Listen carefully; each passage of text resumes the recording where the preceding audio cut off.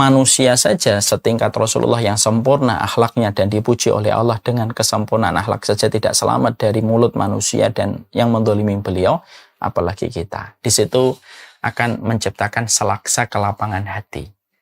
Ya sudahlah, Allah aja didolimi, wah apalagi cuma saya yang memang penuh dengan kekurangan dan kesalahan. Allah saja sempurna, tidak ada kesalahan pada dirinya, Allah saja menjadi objek kedoliman.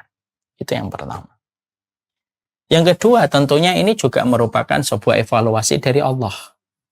Karena terkadang Allah itu memberikan kepada kita sesuatu yang pahit dari orang yang mendolimi kita, supaya kita bisa memiliki kebaikan. Karena kedoliman yang kita peroleh itu terkadang itu sebagaimana deterjen, sebagaimana mesin cuci yang Allah kirimkan untuk kita, untuk membersihkan dari apa yang kita lakukan pada maksiat dan kepada maksiat dan kebaikan yang pada kemaksiatan dan dosa yang kita kerjakan. Selamat datang di channel Agomo Becik. Semoga video ini bisa bermanfaat untuk banyak orang. Jangan lupa klik subscribe untuk berlangganan. Kita pada kesempatan hari ini akan melanjutkan kajian kita, yaitu adalah bagaimana kita menjadi muslim hebat.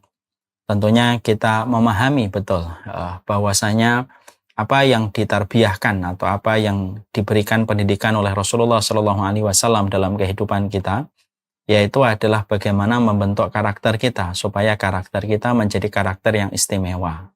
Rasulullah SAW ketika mendidik para sahabat yang diwariskan kepada para tabi'in dan kepada kita sampai hari ini, maka salah satu fondasi penting dalam pendidikan dan tarbiyah Rasulullah kepada umatnya yaitu adalah membentuk karakter.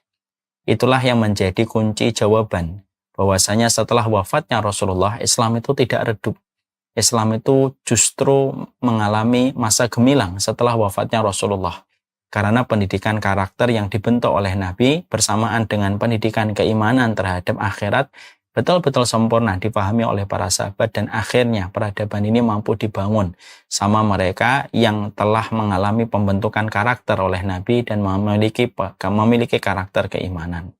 Inilah yang menjadikan kita senantiasa berupaya di dalam komitmen kita mengikuti Rasulullah SAW, bukan hanya bagaimana mencetak kita dan menggiring kita supaya kita taat beribadah kepada Allah, tetapi di dalam upaya kita mengikuti Nabi adalah bagaimana menyelaraskan karakter kita sebagaimana karakter yang dididik oleh Rasulullah, yang diarahkan oleh Rasulullah dan dibentuk oleh Rasulullah. Dan inilah perkara yang sejatinya banyak dilupakan dan dilalaikan oleh kebanyakan manusia. Oleh karenanya inilah yang menjadikan kita membahas bagaimana kita menjadi muslim hebat pada kehidupan kita beribadah kepada Allah. Kemarin kita telah mempelajari bahwasanya di antara persoalan mendasar yang harus kita selesaikan PR besarnya, yaitu adalah bagaimana ketika kita bisa membentuk karakter kita, maka kita harus menyelesaikan konflik internal di dalam diri kita, karena di dalam diri kita ada kendala diri yang memadamkan potensi diri kita. Biasanya potensi kita tidak bisa berkembang, kebaikan dan kualitas kehidupan kita tidak bisa mengalami kesempurnaan ketika kita tidak menyelesaikan PR internal dalam kehidupan kita. PR internal inilah yang sejatinya harus diselesaikan, yang sejatinya harus dibereskan sebelum kita melejitkan potensi diri kita. Dan itulah yang menjadikan kita membahas cukup panjang ini, berapa puluh pertemuan ya, bagaimana kendala-kendala diri kita sebagai manusia, di mana ketika kita mengetahui apa potensi keburukan yang ada pada diri kita dituntut menyelesaikan, kita dituntut bagaimana berinteraksi dengan kekurangan itu, menyadari dengan ilmu dan berupaya bagaimana menyelesaikan dan mengobati kekurangan-kekurangan itu supaya tidak menghalangi potensi yang kita miliki sebagai seorang manusia yang beriman kepada Allah. Kemarin kita membahas salah satu karakter yang kita sudah bahas 2 kali pertemuan, yaitu adalah karakter manusia itu suka berbuat zalim. Bagaimana mereka suka berbuat zalim, mereka suka menganiaya, mereka suka mengambil hak yang bukan miliknya, itu merupakan bagian dari karakter manusia.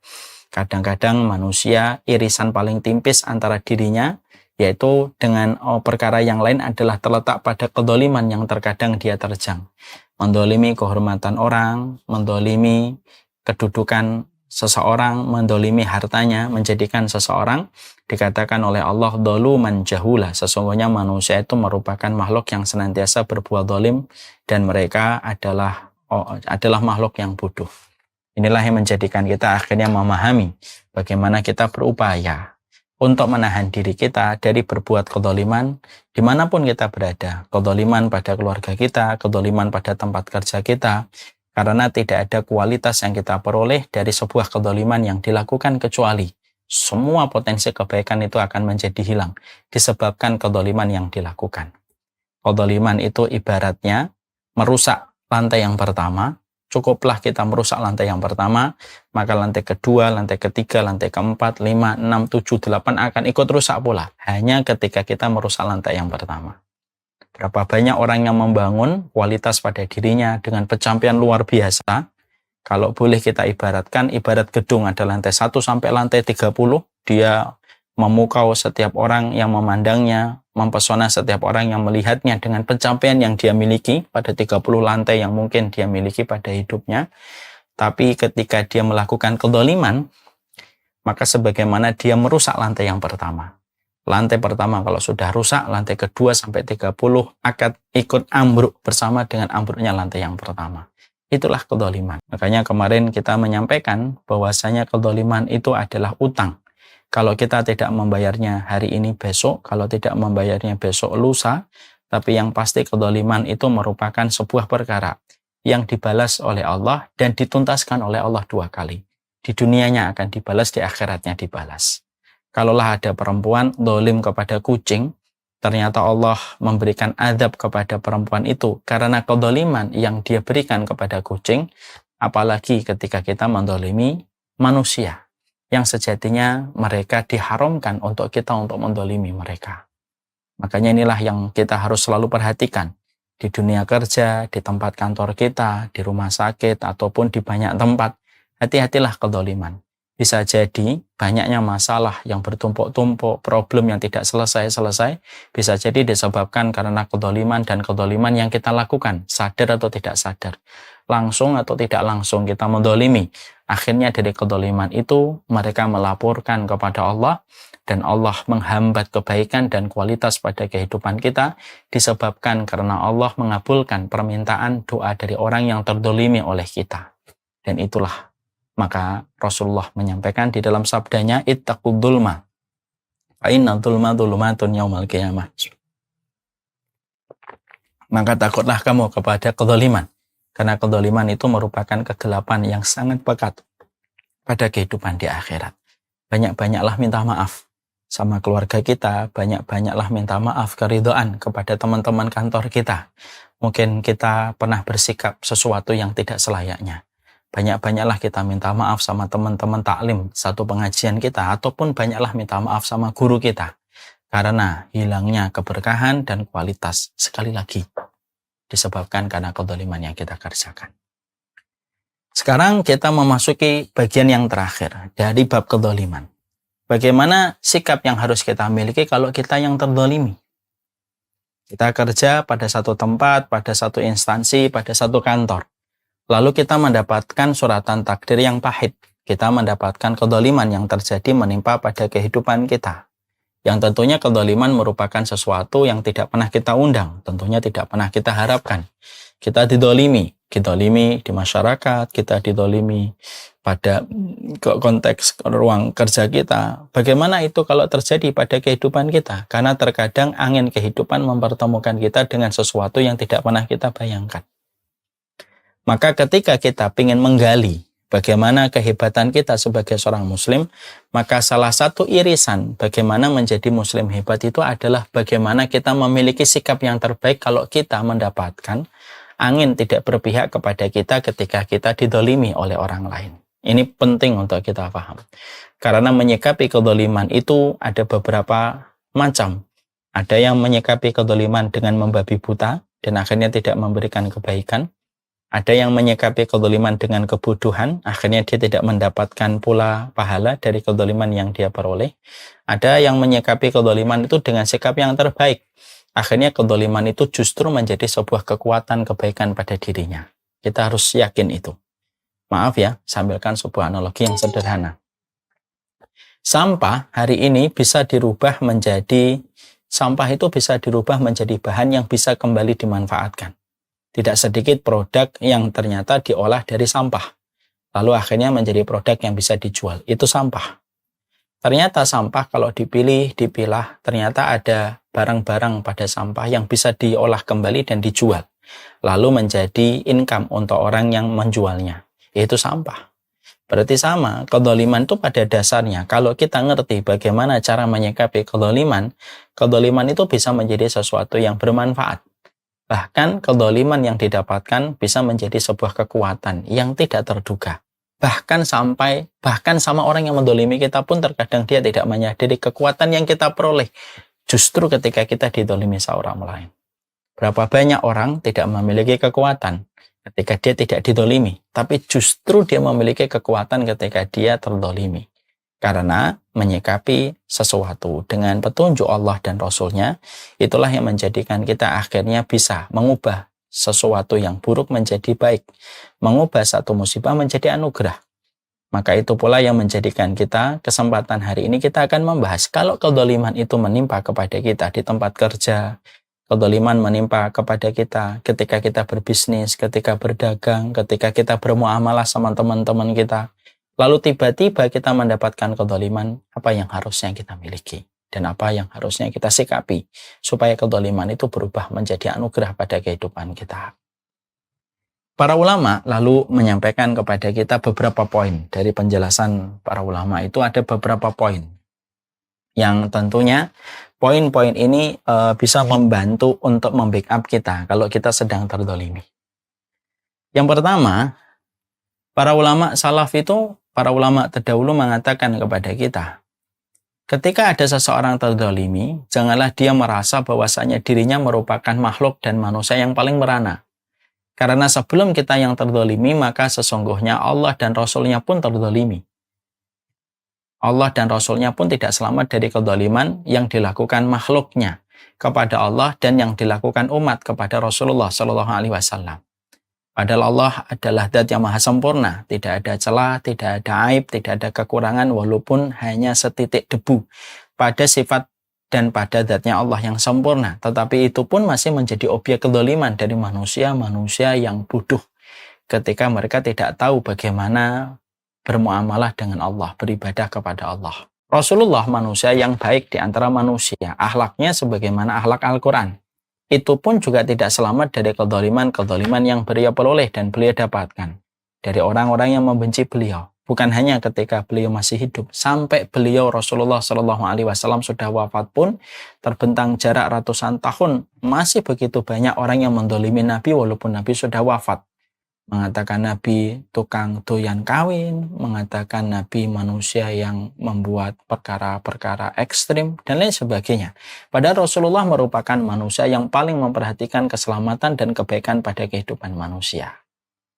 Kalaulah kita mendapati ini, maka disitulah kita akan berpikir, kalaulah Allah, Zat yang sempurna, yang mustahil melakukan kekurangan pada sifatnya Allah yang sempurna, pada Zat-Nya, pada ketentuan takdirnya, ternyata itu pun menjadi objek kedzaliman, apalagi kita, ketika kita selaku makhluk, yang mana Allah menguji kita, sebagian dari kita menjadi ujian bagi sebagian yang lainnya.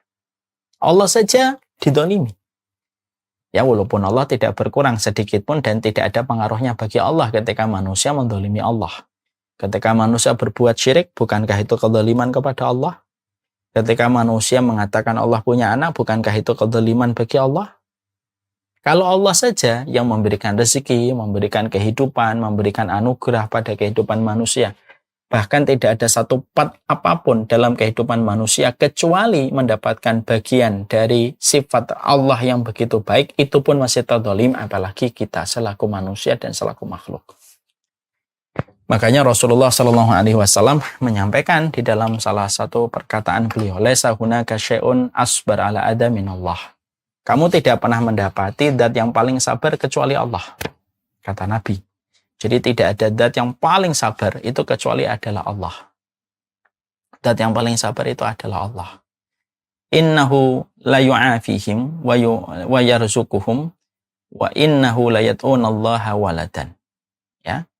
Maka kata Rasulullah, tidak ada zat yang paling sabar dalam kehidupan ini kecuali Allah. Allah yang memberikan rezeki, Allah yang memberikan kebaikan kepada manusia, tetapi justru manusia mengatakan bahwasanya Allah punya anak. Padahal perkataan Allah punya anak itu perkataan yang berat. Yang apabila dibebankan perkataan itu ke langit, maka langit menjadi pecah. Tapi lihat, walaupun Allah dituduh memiliki tandingan, memiliki keturunan, diperanakkan, maka Allah pun tidak pernah menghentikan kebaikan yang Allah berikan kepada setiap manusia secara umum. Tetap mendapatkan jatah bernafas, tetap mendapatkan jatah makan, mendapatkan jatah pakaian, sandang, papan, dan pangan yang mereka peroleh. Walaupun mereka telah menuduh Allah dengan perkataan yang sangat berat. Perkataan ketika mengatakan Allah itu punya anak. Itu Allah.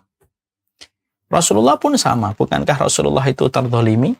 Ketika beliau di Mekah tidak ada maksud yang beliau inginkan kecuali membawa kebaikan pada kehidupan manusia. Terutama masyarakat di kota Mekah supaya mereka beriman. Dan mereka mendapatkan kebaikan hidup dan mereka mendapatkan keselamatan pada kehidupan kelak berikutnya. Tapi dengan itu Rasulullah dihujat, Rasulullah dimusuhi, bahkan Rasulullah diusir dan diancam untuk dibunuh. Padahal setingkat Nabi dan setingkat Rasulullah. Maka para ulama di dalam poin yang pertama ini berkata, kalaulah Allah, kalaulah Nabi saja, mereka tidak lepas dari kedoliman yang mereka peroleh dan mereka dapatkan. Apalagi saya, apalagi kamu, apalagi kita. Kita tidak bisa mengharapkan orang semuanya memuaskan kita. Dan sesuai dengan apa yang kita mau. Karena tipe manusia yang datang pada teras kehidupan, taman kehidupan kita itu ada dua. Ada yang membawa bunga, yang membuat kita tersenyum, ada pula yang datang membawa duri yang membuat kita terluka. Dan kita tidak bisa memilih siapa yang membawa duri dan siapa yang membawa bunga. Dan kita tidak pernah tahu itu. Maka ketika akhirnya suratan takdir memperjumpakan kita dengan kezaliman yang kita peroleh dan kita dapatkan, maka sesungguhnya kezaliman yang kita peroleh dan kita dapatkan, maka itu pun kita harus paham. Zat yang harusnya tidak mendapatkan kedzaliman saja terzalimi oleh manusia yang diciptakan olehnya.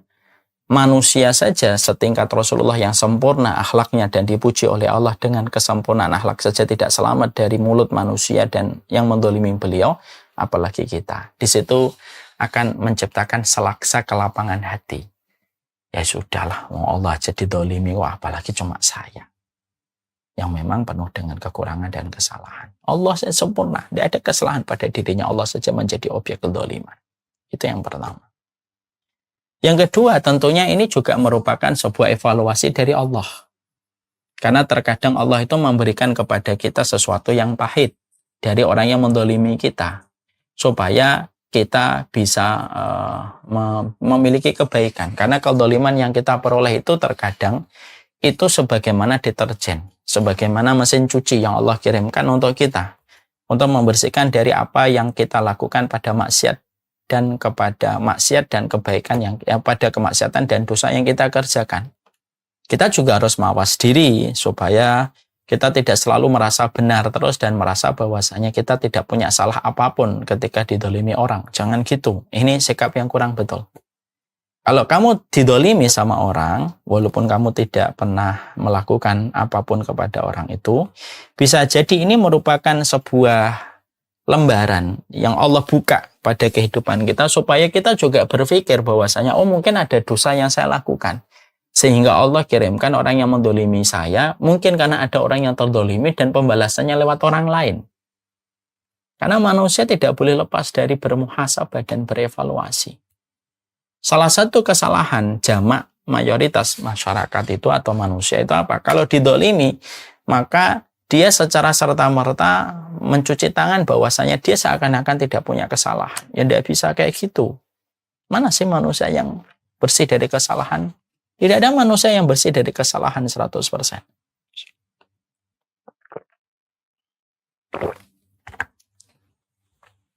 Tidak ada manusia yang bersih dari kesalahan 100%, itu tidak ada.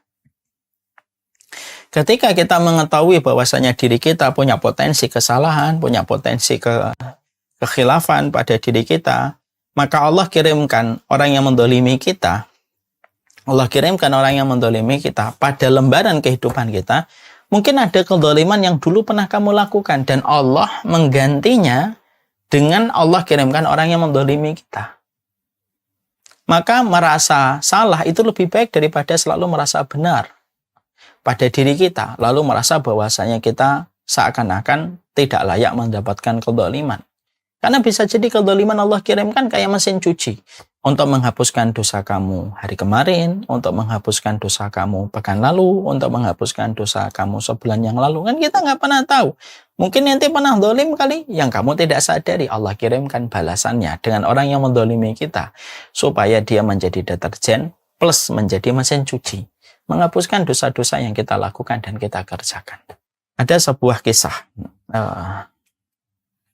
Ada sebuah kisah dari seorang ulama. Saya lupa nama ulama ini, Masya Allah. Ada seorang ulama, beliau ini pedagang madu. Pada satu waktu, beliau berdagang dengan madu, sampai akhirnya beliau bangkrut. Ya. Lalu beliau terlilit utang, dan akhirnya dijebloskan ke penjara. Karena beliau tidak bisa membayarkan utang itu. Ketika beliau merasa bahwasanya beliau mendapatkan ujian yang berat yang ada pada kehidupan beliau pada saat beliau dijebloskan ke penjara disebabkan tidak bisa membayar hutang-hutang beliau, maka beliau berpikir keras, apa ya yang saya lakukan ini? Itulah orang mukmin. Orang mukmin itu selalu mengukur dirinya dan selalu menghitung dosanya. Jadi orang mukmin itu selalu mengukur dirinya, menghitung dosanya. Itu orang mukmin. Jadi kalau ada orang mukmin selalu mengukur orang lain, menghitung dosa orang lain, bukan orang mukmin. Orang mukmin itu sifatnya mengukur dirinya, menghitung dosanya. Dia berpikir, saya ini dosa apa ya? Kok sampai saya mendapatkan kesulitan ini? Dipikir, dicoba dibuka-buka lagi memori dia. Ternyata memorinya ketemu. Memorinya dia peroleh. Dia ternyata di waktu muda, beberapa puluh tahun yang lalu, dia pernah mengatakan kepada orang yang terlilit utang, ya gharim, ya orang yang banyak utang. Gitu. Nah, dengan panggilan itu, tanpa disadari, perkataan itu naik ke langit, perkataan itu kembali kepada dirinya, dan akhirnya menjadi sebuah kesulitan yang beliau rasakan di masa tua ketika beliau terlilit utang dan dijebloskan ke penjara. Ini juga menjadi sebuah pelajaran penting. Kalau ada di antara kita, ada dokter, ada perawat, ada bagian administrasi, siapapun itu. Kalau merasa terdolimi, jangan buru-buru kita cuci tangan bahwasanya kita adalah benar 100%. Bisa jadi ada kesalahan yang kita lakukan kemarin, pekan lalu, bulan lalu, tahun lalu, yang sadar atau tidak sadar telah kita lakukan. Lalu akhirnya kedoliman yang kita kerjakan tanpa kita sadari mempertemukan kita dengan kedoliman yang menimpa kepada kita. Ya, karena itu yang kita harus paham. Kama tadi nutudan.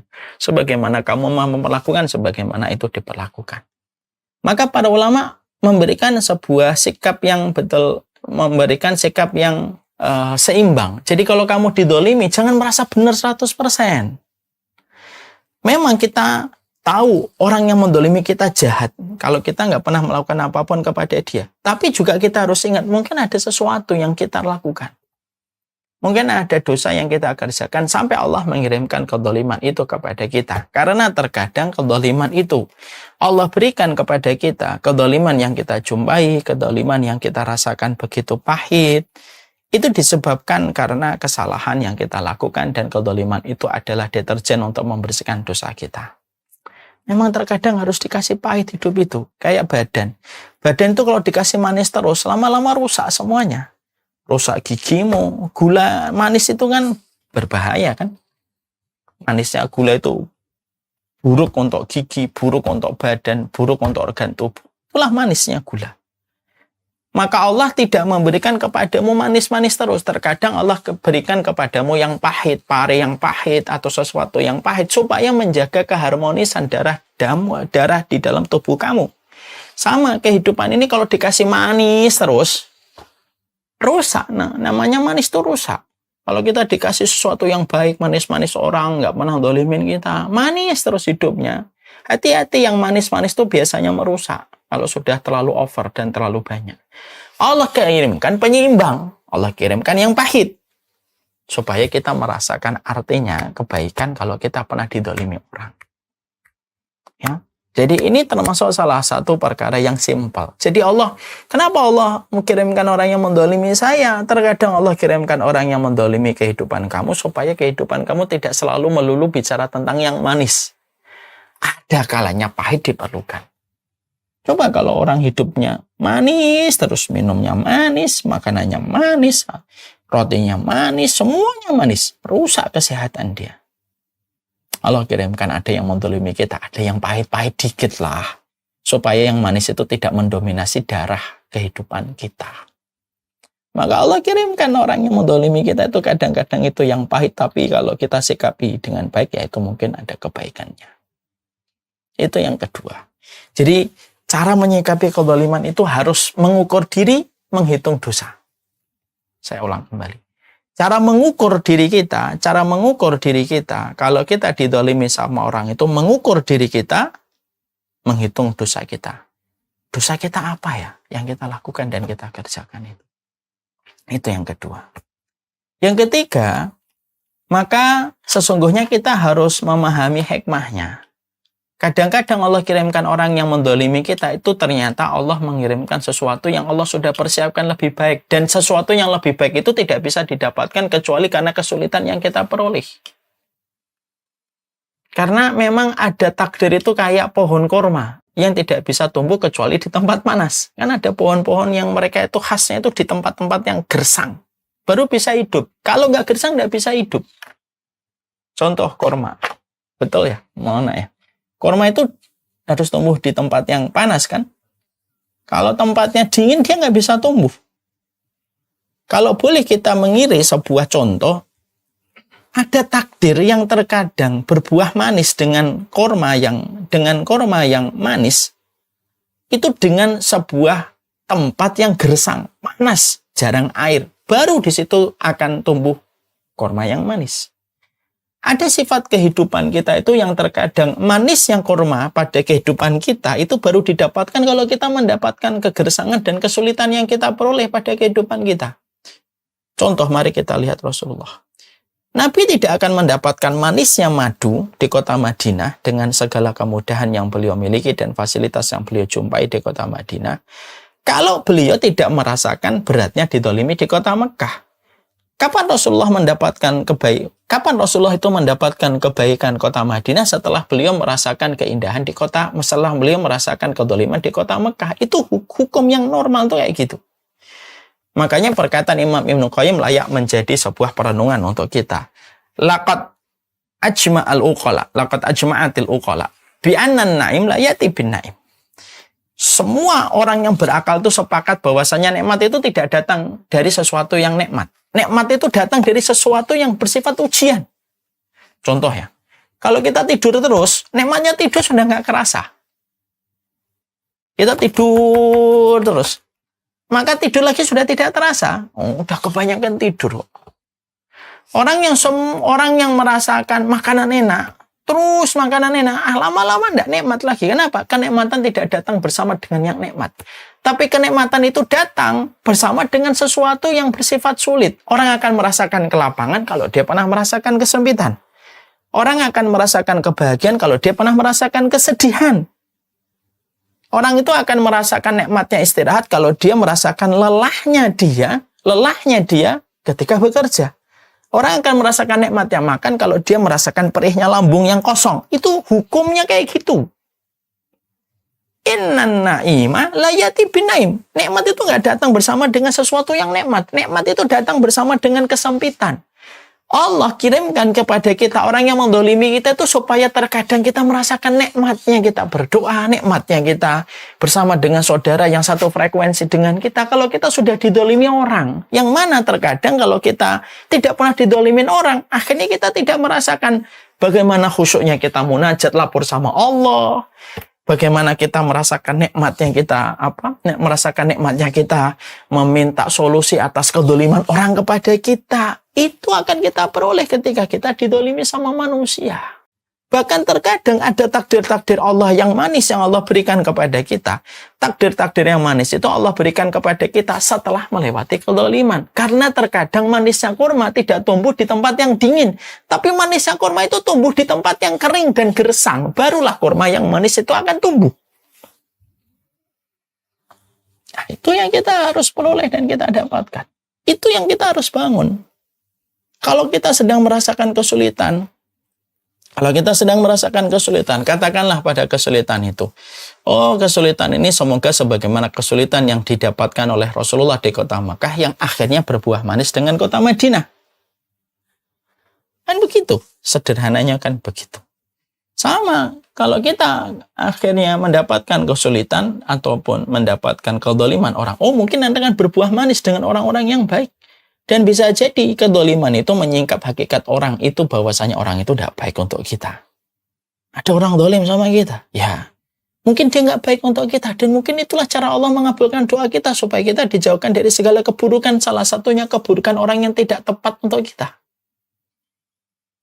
Jadi enak kalau semuanya dikembalikan. Ada orang yang terdolimi tetapi akhirnya setelah dia mendapatkan kezaliman, setelah dia mendapatkan kezaliman yang dia peroleh, setelah mendapatkan kebaikan yang dia dapatkan, akhirnya dengan kezaliman yang dia peroleh itu, akhirnya dia mendapatkan banyak kebaikan. Itulah sejatinya kita. Makanya ada kisah nyata, ada seseorang difitnah sama teman satu kantornya. Ini kisah nyata. Dia difitnah sama teman satu kantornya. Setelah difitnah oleh teman satu kantornya, dia dipecat. Dia lalu dipecat. Setelah beliau dipecat, beliau sempat luntung-lantung, kemudian beliau merintis bisnis, yaitu kuliner. Beliau jualan. Ternyata jualannya disenangin banyak orang yang pesan dari keluarga besarnya. Beliau buka warung, beliau buka di ruko, dan akhirnya buka restoran. Sekarang punya banyak restoran di sekitar Jakarta. Dan beliau bertutur kisah kepada saya, ini kalau saya dulu tidak difitnah dan tidak didolimi di tempat kerja, mungkin saya tidak akan punya bisnis restoran sebesar ini, Ustaz. Justru karena saya didolimi sama orang, akhirnya saya itu bangkit, dan saya akhirnya bisa memperoleh kebaikan yang saya peroleh hari ini. Disebabkan karena orang dolimin ke saya. Sebagaimana kisahnya Abu Ja'far at-Tahawi. Abu Ja'far at-Tahawi ini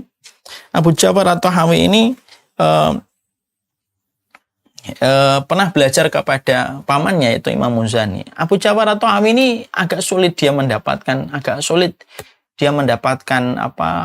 hafalan gitu. Sampai gurunya berkata, orang semacam dirimu tidak akan pernah jadi ulama. Tapi gara-gara beliau mendapati perkataan ini, dia rubah perkataan bulian ini, dalam tanda kutip, menjadi sebuah potensi bagi dia untuk melecutkan potensinya. Dan akhirnya Abu Ja'far at-Tahawi itu jadi ulama besar. Walaupun pamannya Imam Muzani itu pernah mengomentari bahwasanya orang semacam dirinya tidak pantas jadi ulama. Kadang-kadang manisnya kurma itu kita peroleh dari manisnya kurma itu kita peroleh justru di tempat yang gersang, kering. Baru kita mendapatkan manisnya kurma. Justru kurma tidak didapatkan di tempat yang dingin, sejuk. Nggak bisa nanam kurma di tempat itu. Maka jangan biarkan orang mendolimi kita itu kemudian menjadikan kita ambruk. Justru itu menjadi sebuah potensi. Doamu terkabul. Mintalah yang baik untuk akhiratmu. Kalau kamu sedang didolimi, mintalah akhirat. Kalau kamu sedang didolimi, mintalah kebaikan untuk keluargamu, mintalah kebaikan untuk anak-anakmu, mintalah kebaikan surga. Karena kamu dengan Allah tidak ada hijab kalau kamu sedang didolimi. Dan jadikan setiap kedoliman itu melejitkan potensi kebaikan kita. Sekaligus pula disitulah kita akan merasakan kenikmatan bermunajat sama Allah ketika kita didolimi. Itulah indahnya kedoliman kalau kita sikapi dengan ilmu. Walaupun ini susah, secara narasi gampang dijelaskan, tetapi secara praktek sulit untuk dipraktekkan. Tapi semua bermula dari ilmu yang kita harus miliki. Jadi harus betul-betul kita memiliki narasi yang benar, bahwasanya kezaliman itu bukan berarti tidak berkualitasnya kehidupan kita. Tapi kezaliman itu terkadang bisa justru menjadi sebuah kebaikan besar pada kehidupan kita ketika kita mendapatkan kezaliman itu. Ya, jadi kezaliman itu akan memberikan banyak kebaikan pada kehidupan kita. Disikapi dengan benar. Dan orang yang terzalimi pada dasarnya dia mendapatkan privilege yang besar yang Allah tidak berikan kecuali orang yang mereka terzalimi pada kehidupan mereka. Jangan sampai kedoliman yang kita dapatkan menjadikan kita ambruk bersama dengan orang yang mendolimi kita. Jangan pernah itu. Nah, makanya ada sebuah kisah ya, entah ini benar atau tidak ya. Di Kepulauan Solomon, di satu wilayah, ada satu Kepulauan Solomon, entah benar atau tidak. Dijelaskan bahwasanya ada kebiasaan unik yang ada di pulau itu. Kalau mereka akan menebang pohon, yang mereka lakukan tidak langsung menebang pohon itu. Tapi yang mereka lakukan adalah, yang mereka kerjakan adalah mereka menteriakkan kata-kata bulian dan makian kepada pohon itu. Mereka teriaki pohon itu jelek, pohon gak ada gunanya, pohon berdebah. Terus mereka setiap melewatin pohon itu mereka hujatin. Itu disepakati orang kampung di situ. Sampai 40 hari. Setelah 40 hari pohon itu menerima hujatan, celaan, umpatan, pohon itu mulai rontok, mulai keropos. Barulah di saat itu ada orang yang naik ke atas puncaknya pohon itu meneriaki kembali sampai akhirnya pohon itu keropos, lemah dan akhirnya mudah untuk ditebang. Tentunya kita jangan sampai sebagaimana pohon yang merespon setiap hujatan itu menjadi sebuah kelemahan diri. Kalau kita didolimi, maka sesungguhnya kita tentunya masih memiliki Allah. Kita masih memiliki teman-teman baik yang siap membackup kita dalam kebaikan. Dan jangan dipusingkan diri kita dengan apa yang dimau sama orang yang mendolimi kita. Orang yang mendolimi kita maunya kita terpuruk, maunya kita terperosok. Maka kita ubah keinginan dia menjadi sebuah kekecewaan ketika dia mendolimi kita dengan kebaikan yang kita kerjakan. Nah, ini pula yang menjadikan kita akhirnya memahami inilah sikap yang terbaik kalau kita terdolimi. Abu Ja'far at-Tahawi pernah secara tidak langsung dibully sama gurunya Muzani. Kamu ini orang semacam kamu tidak layak jadi ulama. Tapi justru dari perkataan itu beliau menjadi ulama besar Abu Ja'far at-Tahawi. Salah satu dari murid didikan Al-Muzani, muridnya Imam Syafi'i. Artinya bahwasanya apapun kedoliman, bapak-bapak, ibu, tenaga kesehatan, dokter, dan semua yang ada di sini di Pertamedika, kita pasti pernah ngelewatin masa-masa terdolimi. Satu, yakini bahwasanya Allah dan Rasul-Nya itu saja menjadi objek kedoliman. Yang kedua, kita tentunya paham bahwasanya kita harus mengevaluasi, jangan-jangan pasti kita juga melakukan kesalahan, dan kedoliman yang kita peroleh dan kita dapatkan dari orang terkadang itu adalah deterjen ataupun mesin cuci untuk membersihkan dosa kita. Dan yang ketiga, kadang-kadang kedoliman itu justru memberikan kita kebaikan. Kebaikan itu tidak didapatkan dari kemudahan, tapi kebaikan dan kenikmatan kita dapatkan dari setiap masalah yang kita jumpai. Semoga kita tahu di dalam potensi yang kita bahas dalam pembentukan karakter itu apa? Jangan dolim. Kalaupun kamu pengen jabatan kamu naik, karirnya pengen menanjak cepat gitu, jangan dolim. Karena kalau kamu dolim, kamu mencapai nih jabatanmu sebagai komisaris lah, jenderal lah, apapun kamu sudah tinggi, lalu kamu dolim, kamu merusak lantai pertama. Semua pencapaianmu yang tinggi akan rusak seketika. Karena kedoliman itu lantai yang pertama. Dan kalaupun kita terdolimi, kita tahu bagaimana cara menyikapi kedoliman. Indahnya kalau kita memiliki karakter sebagaimana karakter yang dibangun oleh Rasulullah SAW. Wassalamualaikum Muhammad. Semoga Allah memberikan keberkahan pada setiap apa yang kita sampaikan, setiap apa yang kita pelajari pada kehidupan kita dan cara kita menyikapi setiap apapun yang terjadi pada kehidupan kita.